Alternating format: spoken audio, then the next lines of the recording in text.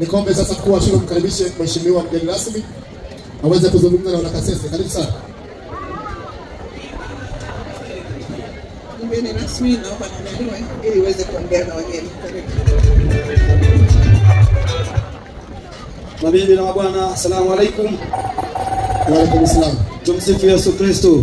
Milele amina. Na mheshimiwa mkuu wa shule ya Kasese, wazazi, mkuu wa shule ya Dogoya aliondoka, nilimwona hapa, wajumbe wa bodi ya shule, walimu wa Kasese, wanafunzi, wahitimu, wadau wa maendeleo walioalikwa katika sherehe hii ya kuhitimu kidato cha 4, mtendaji wa mtaa, lakini viongozi wa mtaa wote kwa jumla wetu wote, niweze kusema Jamhuri ya Muungano wa Tanzania. Ndugu zanguni, muda umekwenda, na kwa kuwa muda umekwenda, mimi nitakuwa sina mambo mengi sana, nitajikita kwenye risala, na hapo niwaombeni wahitimu tu wasikivu, lakini na wazazi na wanafunzi kwa ujumla wetu. Ndugu zanguni, kwanza nianze kwa kuwapongeza walimu kwa maana ya kulea kizazi hiki cha wanafunzi 271. Leo wanakwenda kuhitimu kidato chao cha 4 wote wakiwa salama na afya zao zikiwa timamu. Lakini sambamba na kuwapongeza walimu, nikawapongeze wanafunzi ambao mmekuwa watulivu. Leo mnakwenda kuheshimisha wazazi wenu katika sherehe hii ya leo, kwa sababu bila ninyi tusingekutana leo hapa. Tafasiri yake ni nini? Ni kwamba heshima yenu imekuwa utukufu katika shule hii ya Kasese. Na leo kwa jambo la kihistoria ni kwamba ninyi wazazi mliokaa hapa na wanafunzi mliohitimu leo ndio kidato cha kwanza kufanya mahafali ya kwanza shule hii ya Kasese. Ndugu zanguni, ninyi wanafunzi mliohitimu leo, mnakwenda kuhitimu, ninyi ni kioo, ninyi ni mwanga wa wanafunzi walioko nyuma yenu wanaokuja kuwafuata ninyi, kuhakikisha yale mema mlioyafanya mitihani yenu itakao kwenda kuheshimisha wazazi wenu. Sherehe hizi za mahafali haziwezi kuwa nzuri kama ninyi mtakwenda kufanya vibaya kwenye mitihani yenu. Hii ni waombe wazazi, huu ni muda kila mmoja kukaa kumwombea mtoto wake.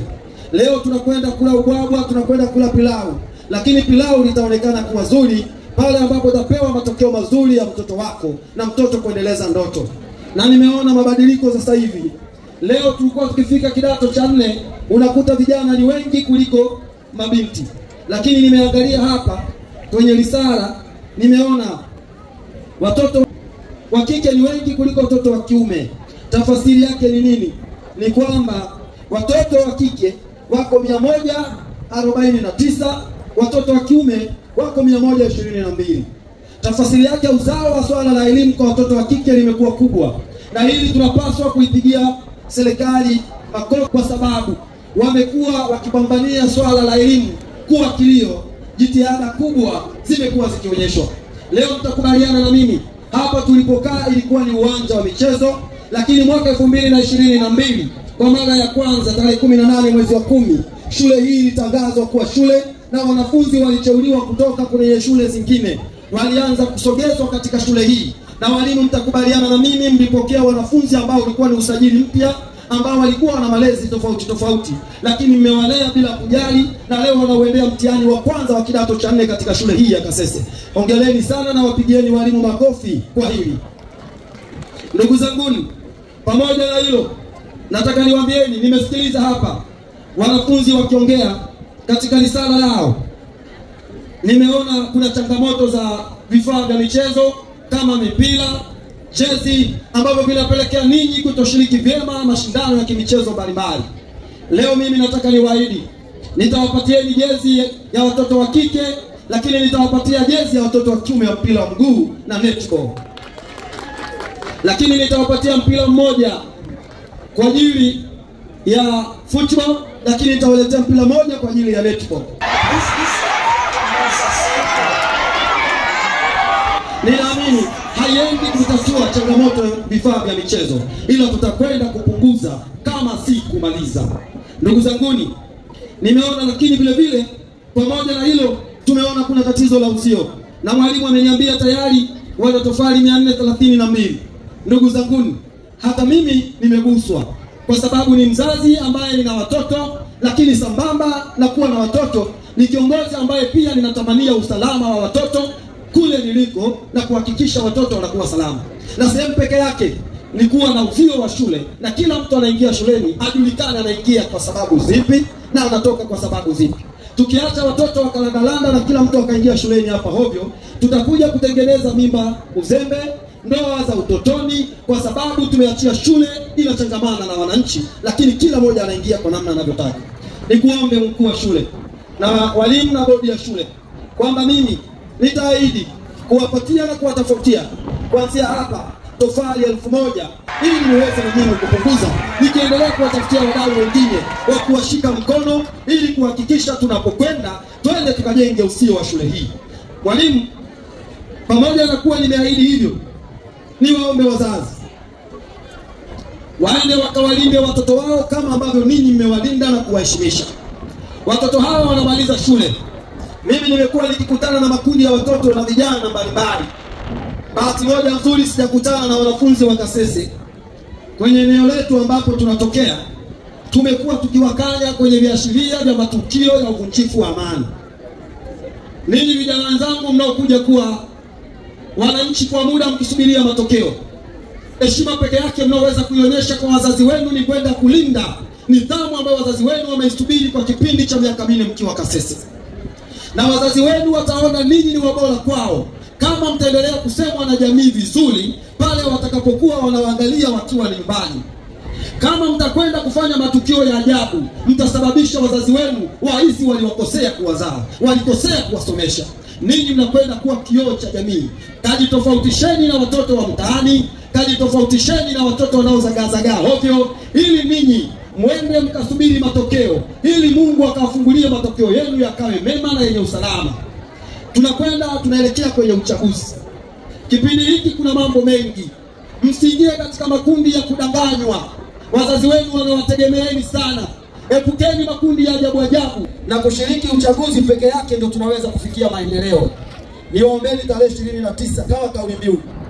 Twendeni tukashiriki uchaguzi kwa amani, tukachague viongozi ambao watakuwa ni tunu na watakao kwenda kutuwakilisha katika shughuli za maendeleo.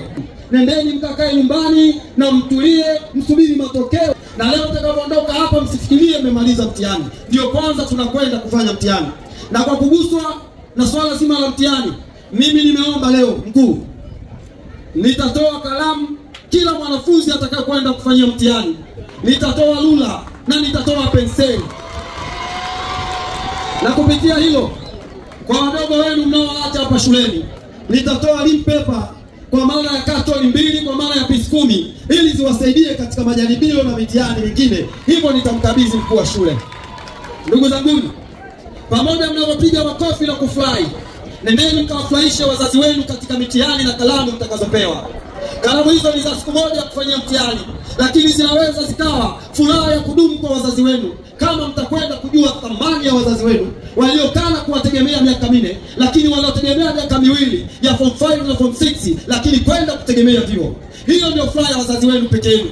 Kama wengine watawadanganya mmependeza, kupendeza kwenu kutakuwa ni siku mmemaliza mtihani na matokeo yamekuwa mazuri. Hapo ndipo Kasese tutakuja, tutapiga makofi na tutafurahia kwa mzazi mmoja mmoja pale anapokuja kumpa mwalimu hongera. Lakini mtatufanya kuwa kilio, na mimi nitakuwa ni ajabu kuwa mahafali ya kwanza alafu mkaonekana kufeli na nimetoa kalamu. Itakuwa ni ajabu kweli kweli. Itakuwa mmesikitisha, mtakuwa mmetusononesha shule mlioianza ninyi, alafu ninyi mkaanza kutuangusha.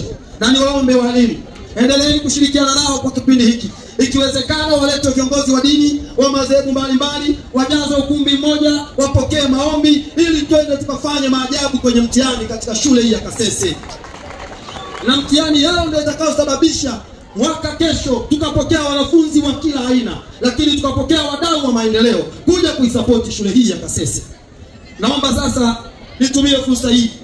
Leo mimi nitakabidhi kwa niaba, kwa sababu muda umekwenda, nitakabidhi kwa wanafunzi 10 wale niliowanyanyua kwa mara ya kwanza waje kula keki hapa.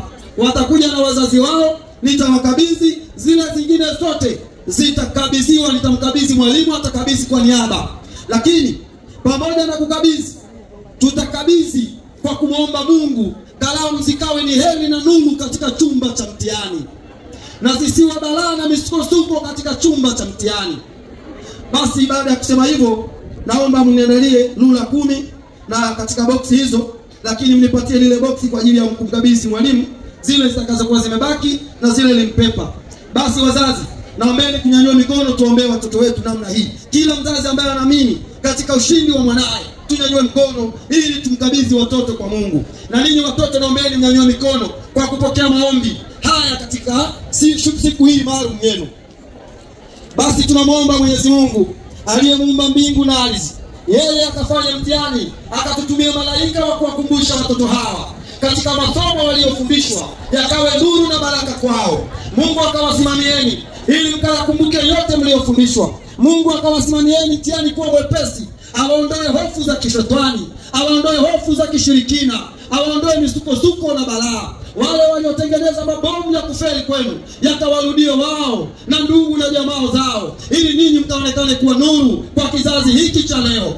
Mungu akasimame nanyi na wazazi wenu katika mbiu ya kuhakikisha makuzi yenu yanakuwa salama. Mungu akasimame nanyi katika kila hatua mtakayopiga, katika kila jambo, kalamu na rula zote mtakavyopewa katika chumba cha mtihani. Mungu akawashusha malaika wa kushika kalamu hizo, akawazamia katika vichwa vyenu kuhakikisha ninyi mnakuwa nuru, baraka, ushindi na mategemeo makubwa katika jamii hii. Semeni nyote amina.